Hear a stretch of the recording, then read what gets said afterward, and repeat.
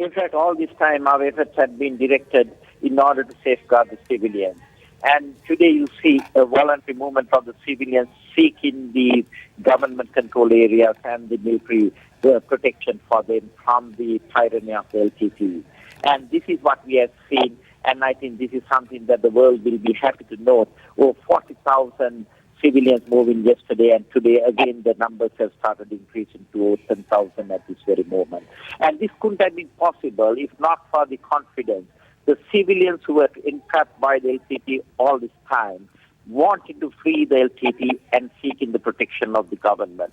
And well, if that's true, sir, sorry to interrupt, but if that's true, then I have to interject that I'm just reading a Wire report now that says that Sri Lankan rebels claim that 1,000 civilians have been killed in a government raid on their territory. What do you know about that?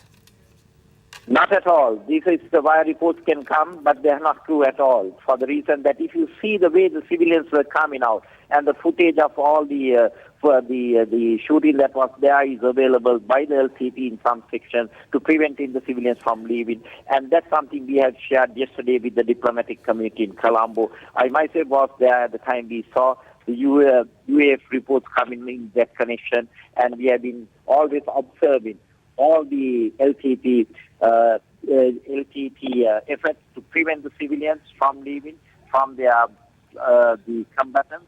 And today, I am still happy to note the number of civilians fleeing the LTT hold.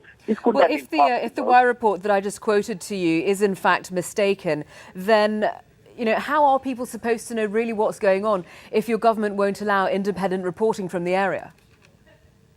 In fact, we have now sharing all the information that is available coming from the area with the media. And in fact, a lot of them are picking up the media that is coming out from Colombo. At the same time, we have to clear the security requirements in that area in order to see that the free access is extended to the media as well. This will soon happen. And this is something that we are happy to share with the media as well, because that is our strength that we are now trying to demonstrate in seeing the confidence the civilians have placed in the army and that for the military and also in the government efforts.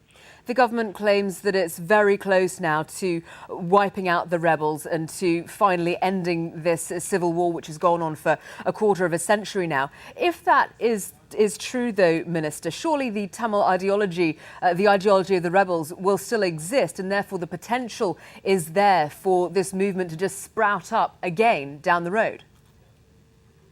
I don't think it's possible when there is no following and the people have come to realize the true character of the LTT. The Tamil population has realized that better.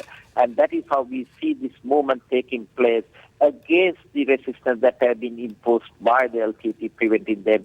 And that is our responsibility today to see that all the civilians' needs are being taken care of, their medical, their food, and all that had been denied to them all this time by the LTT. That is our effort, and that's what we are now trying to do in terms of working out the modalities as much as the facilitation of the infrastructure to these areas. And you can imagine when you have got 50,000 of them coming over 24-hour period, with the responsibility that comes from the government. And we are meeting that challenge as much as that responsibility well.